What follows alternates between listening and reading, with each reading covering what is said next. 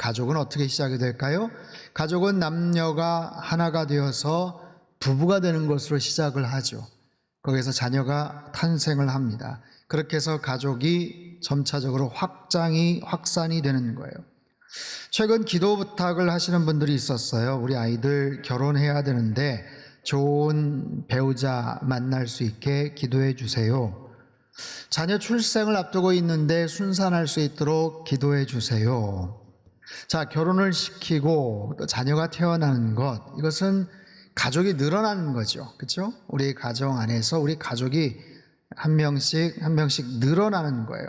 여러분, 사람들은요, 가족이 늘어나는 것, 가족의 탄생을 기뻐할까요? 곤욕스러워할까요?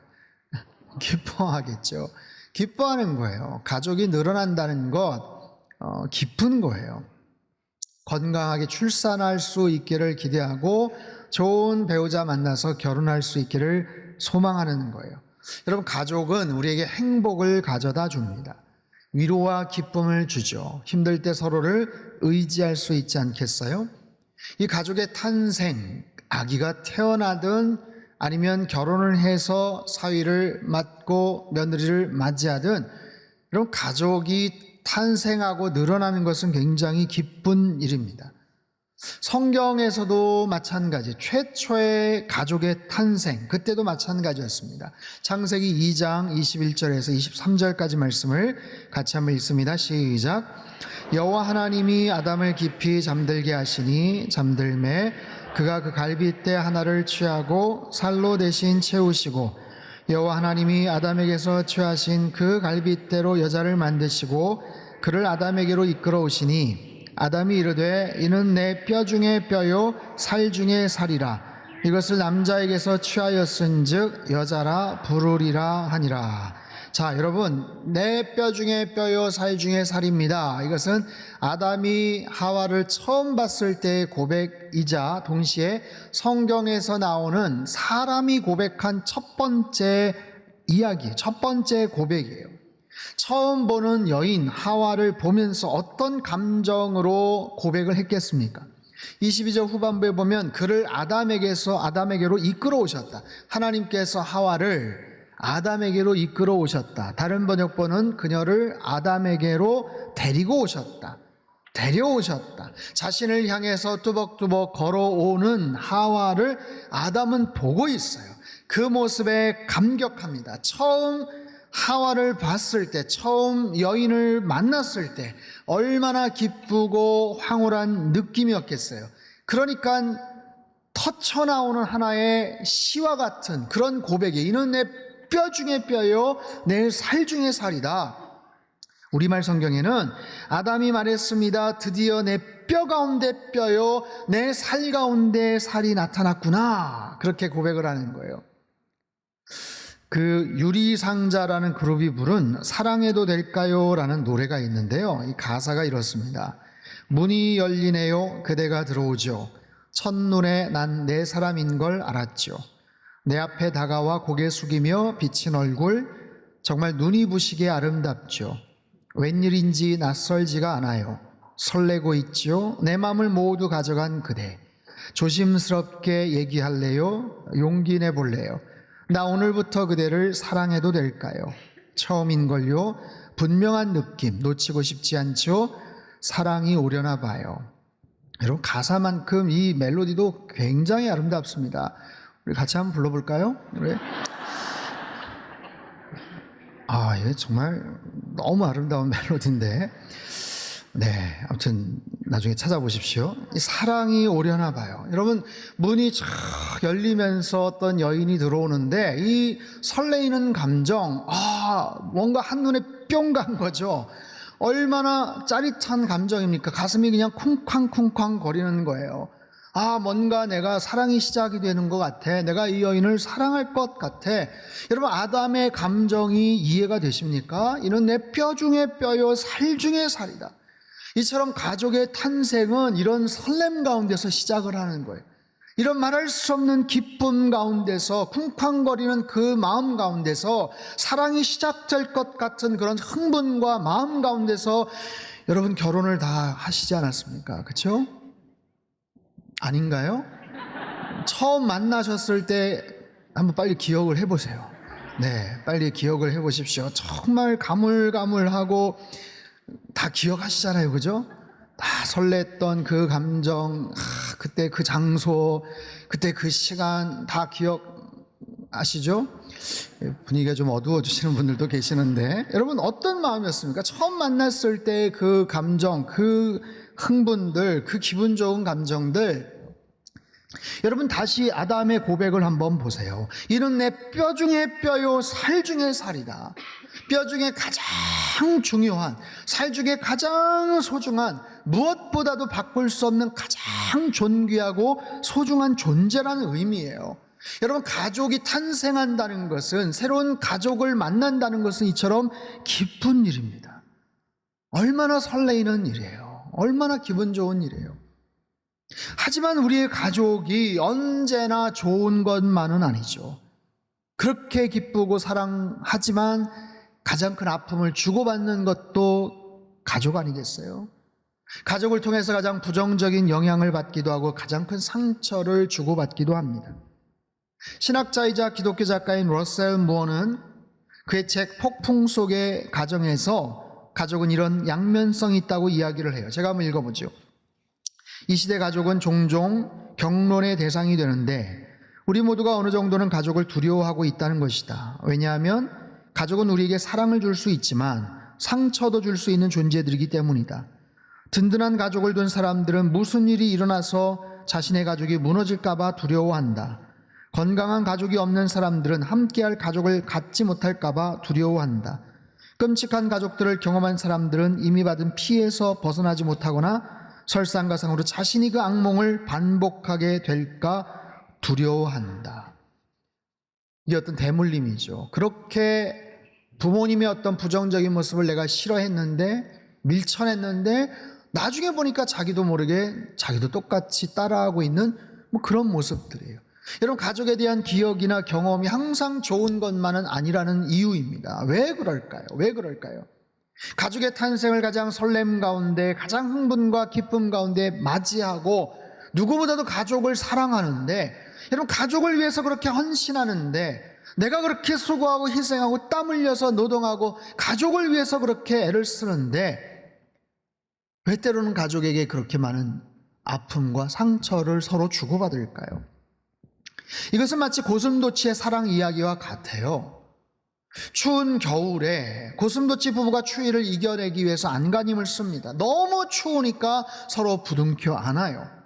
껴안고 있을 때는 그나마 온기가 체온으로 약간 온기를 견딜만 합니다. 그래서 추위를 견딜 수 있어요.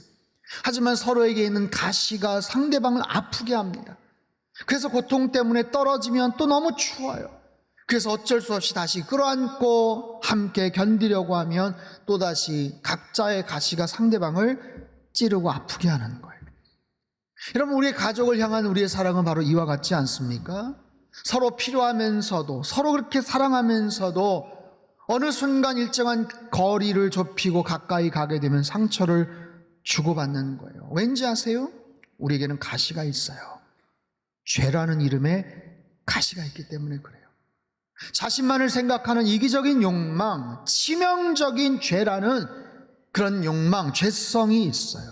아무리 사랑하는 내 남편, 내 아내, 내 자녀, 부모에도 결국에는 내 자신을 먼저 생각하는, 스스로를 지키고자 하는 자기 중심성, 지독한 자기 중심성이라는 그 죄성이 있기 때문에 그래요.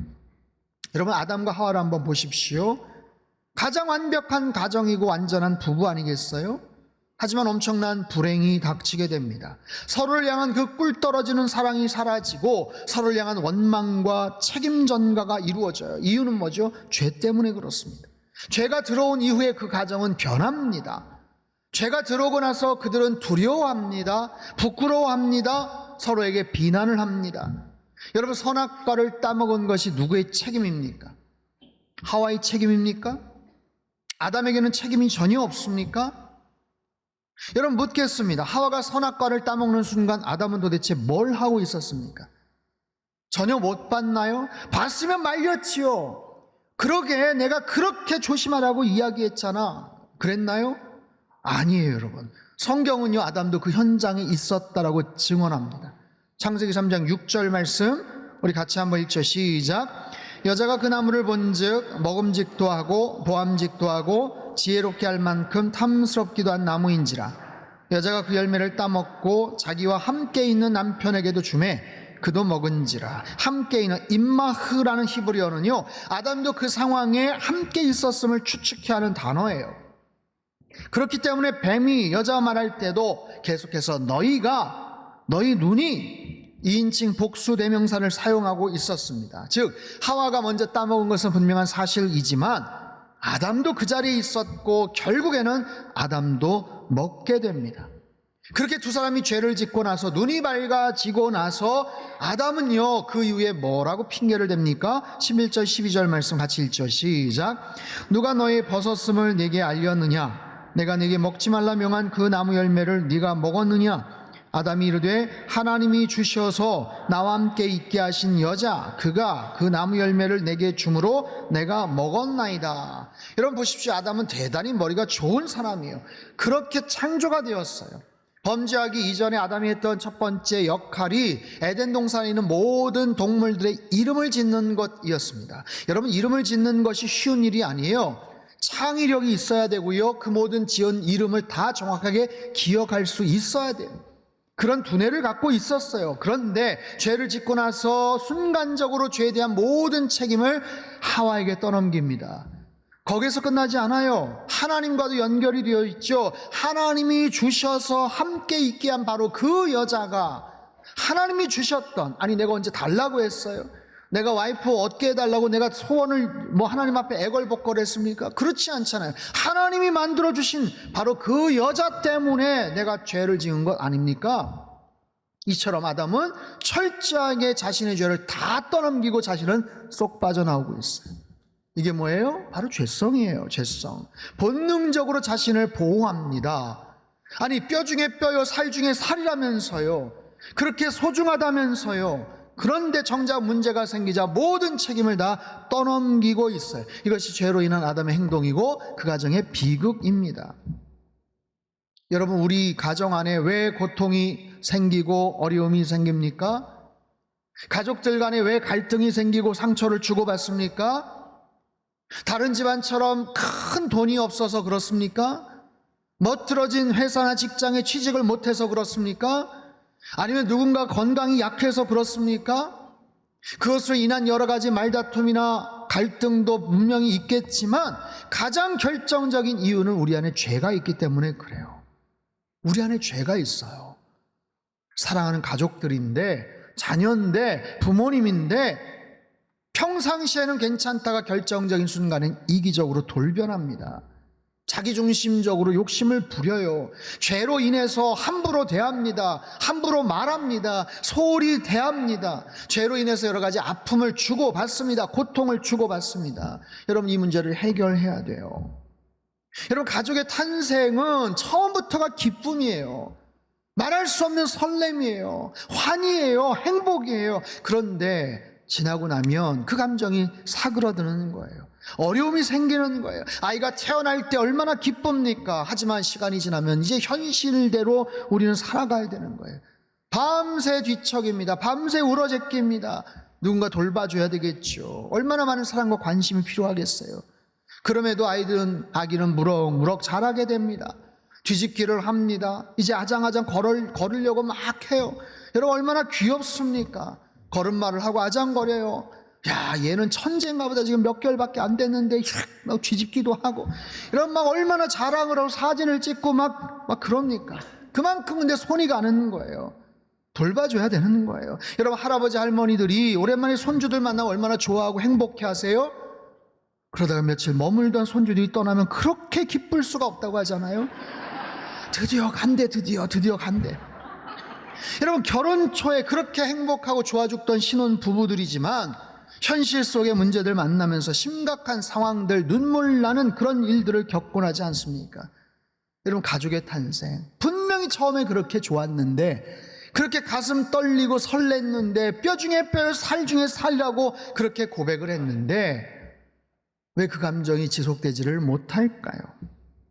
어떻게 하면 우리 가정을 더 행복한 모습으로 지속적인 사랑을 유지할 수 있을까요? 첫 번째, 가정 안의 죄의 문제를 해결하라. 가정 안에 죄의 문제를 해결하라. 각자가 연약합니다. 각자가 다 크고 작은 죄를 안고 있어요. 하지만 그 가정 안에 구조적이고 본질적이고 아주 오랫동안 지속되고 있는 죄가 있어요. 그 문제를 뿌리 뽑아야 돼요. 그 문제를 해결해야 돼요. 숨겨놓은 죄악이 있어요. 고질적인 죄악이 있어요. 심각한 죄악이 있어요. 그걸 해결하지 않고서는 행복을 바랄 수가 없습니다. 죄의 뿌리를 뽑아내야 되고 죄된 영향력으로부터 자유해야 돼요. 주중에 생명의 삶 사무엘하 13장 14장의 말씀을 함께 묵상을 했어요. 다윗 이야기가 나옵니다. 다윗이 밧세바의 범죄 사건 이후에 가정 안에 여러 가지 문제들이 발생을 합니다. 큰아들 장남 암논이 이복누이 다말을 겁탈을 합니다. 강간을 합니다. 오랫동안 짝사랑했다고는 하지만 가장 저급한 욕망이고 가장 이기적인 악한 행동이었어요. 거기에 대한 복수의 칼을 압살롬이 갈고 준비를 2년 동안 해요. 그리고 나서 왕자들을 다 초대한 자리에서 맏형 암논을 죽이고 맙니다. 자녀들 사이에 성적인 문제와 살인이 벌어졌어요. 이것은 다윗이 행했던 밧세바의 범죄, 우리아를 죽이게 했던 그 죄에 대한 무서운 심판이었습니다. 근데 거기서 끝나지 않아요. 압살롬은 외갓댁으로 도망가서 3년간 머물렀지만 아버지 다윗은 불러오지를 않습니다. 불러오지를 못합니다. 불같이 화를 낼 수도 있고요, 확실하게 용서할 수도 있었는데 그냥 시간만 흘러갑니다. 압살롬에 대한 애틋함이 있음을 깨달았던 요압 장군이 중재를 해서 결국 압살롬을 예루살렘으로 데리고 옵니다. 데려오는데 성공합니다. 그런데 이상하게도 아버지 다윗은 만나주질 않아요. 그리고 나서 2년의 시간이 또 흘러갑니다. 아들 압살롬은 크나큰 마음의 상처를 입습니다. 그것이 질책이든 처벌이든 용서이든 뭔가 분명한 따끔한 아버지의 행동을 기대했었는데 아버지 다윗은 차마 그 아들을 마주할 용기를 내지를 못해요. 그리고 나서 어색하게 마지못해서 2년이란 시간이 지난 후에 압살롬을 맞이하고 끌어안지만 이미 시간이 늦어버렸어요. 장장 7년이라는 시간이 흘러갑니다. 그 기간 동안 아버지 다윗은 아무것도 하지 못한 채 자녀들이 비극을 당하고 살인을 저지르고 갈등이 심화되고 아버지에 대한 분노가 괴물처럼 커져가는데도 불구하고 아무것도 하지 못한 채 그저 세월을 보냅니다. 왜요? 이것이 무서운 죄의 영향력이에요. 죄로 인해서 반응을 못하는 거예요. 죄로 인해서 그 가정에 엄청난 환란이 닥치는 거예요. 죄로 인해서 아무것도 반응을 못하고 더 큰 재앙을 키우고 맙니다. 누가요? 다윗이. 여러분, 하나님의 마음에 합한 사람이 성경의 가장 위대한 인물 아닙니까? 시편의 그 주옥과 같은 그런 시를 썼던 가장 지혜로웠던 사람 아니에요? 최고의 왕이고 가장 탁월한 리더가 아니었습니까? 그런데 가정 안에서 정작 아버지 역할을 못하더라고요. 왜요? 죄의 문제가 있었어요. 그 죄의 영향력 때문에 그래요. 장장 7년이라는 세월 동안 아무것도 못한 그저 무력하기 짝이 없는 아버지, 영적인 권위도 없고 아버지의 사랑도 보여줄 수 없는 딱한 모습을 우리들에게 보여주고 있어요. 7년이라는 시간이 아무렇지도 않게 넘어가 버립니다. 그리고 또다시 4년의 시간을 거쳐서 압살롬은 쿠데타를 준비를 해요. 여전히 그 4년의 시간도 다윗은 무력했어요. 사랑하는 성도 여러분, 여러분 가족들을 사랑하셔요. 그렇죠? 얼마나 가족들을 사랑합니까? 얼마나 가족들을 위해서 애씁니까? 가족의 탄생을 위해서 얼마나 기뻐하고 소망하셨습니까? 그런데요, 이 가정 안에 방치된 죄의 문제를 해결하지 않으면 안 돼요. 아니, 가정 안에서 점점 커나가고 있는, 스멀스멀 확장되고 있는, 더 구조적으로 커나가기를 계획하고 있는 이 죄의 문제를 해결하지 않고서는, 이 약한 고리를 끊어내지 않고서는 절대로 행복한 가정을 될 수가 없어요. 욕심이 잉태한 즉 죄를 낳고 죄가 장성하여서는 사망에 이른다. 이 여러분 연결고리를 끊어내셔야 돼요. 우리가 가족들을 사랑하고 가정을 지킬 수 있는 최고의 방법이 뭔지 아세요? 최고의 방법이 뭔지 아세요? 내가 가정을 위해서, 우리 가족들을 위해서 할 수 있는 최고의 방법은 돈을 많이 벌고 성공하고, 그보다 더 중요한 것은 성령 충만한 가장이 되는 거예요. 말씀 읽는 아버지가 되는 거고, 기도하는 어머니가 되는 거예요. 믿음 안에 하나 되는 가정이 되고 예배하는 가족들이 되는 거예요. 모든 가족들이 다 예수님 잘 믿는 가족들이 되는 거예요. 예수 그리스도만이 우리 가정 안에 있는 모든 죄 문제를 온전하게 해결해 주실 줄로 믿습니다. 여러분, 가정 안에 우리 주님께서 참된 주인 되어 주시기를 주님의 이름으로 축복합니다. 그럴 때 우리 가정은 살아나게 되고요, 애초에 갖게 되었던 그 가정의 가족의 탄생의 그 기쁨, 그 아름다운 환희와 기쁨을 지속시켜 나갈 수 있고 언제나 영적인 생기와 충만한 은혜가 넘쳐나게 될 줄 믿습니다. 두 번째는요, 영적인 가족들을 새롭게 만들라입니다. 영적인 가족들을 만드는 거예요. 여러분, 육신의 가족들을 확장시켜 나가는 것은 한계가 있어요. 육신의 가족들을 얼마만큼 확산시키겠어요? 지금 출산율도 굉장히 어려움에 처하고 인구 소멸이다 뭐다 이런 이야기들이 많잖아요. 여러분, 첫 번째 가족, 육신의 가족은 혈연지간으로 이어진 가족이라면, 두 번째 가족, 새로운 가족은 예수님의 보혈로 인해서 엮어진 그런 가족이 영적인 가족을 말하죠. 사랑하는 남편이나 사랑하는 자녀들을 먼저 떠나보낸 분들이 있어요. 장례식에 갑니다. 안타까운 죽음 앞에서 비탄의 눈물을 흘리고 최선을 다해서 위로하지만 우리 성도님들 충분히 위로를 참 드리기가 어려워요. 하지만 그 순간, 그 고통의 순간, 피를 나눈 친인척보다 더 가까운 새로운 가족의 모습들을 보게 됩니다. 피를 나눈 가족과는 이별을 하지만 하나님 안에서 믿음의 형제요 자매된 새로운 영적 가족들을 만나는 거예요. 예수님 찾아온 어머니와 형제들이 있다는 말이 예수님이 이렇게 말씀하시죠. 누가 내 모친이며 형제 자매냐.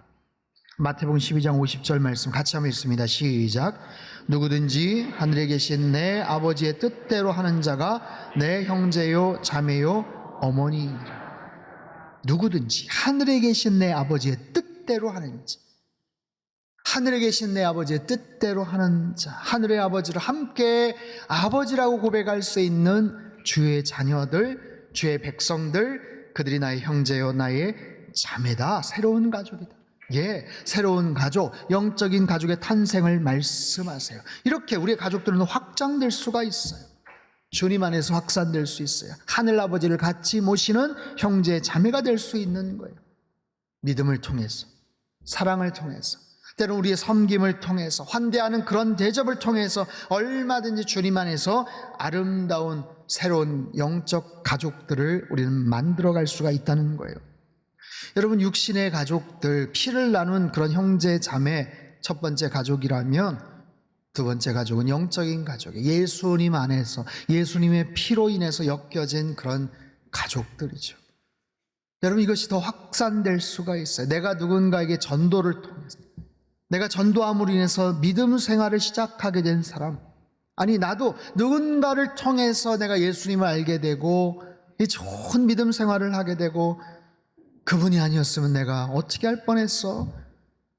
예수님을 전달하고 소개하고 하나님의 놀라우신 사랑이 있음을 이야기해주고 함께 성장해 가는 것을 보면서 흐뭇해하고 축하해주고 축복해줄 수 있는 그런 사람들.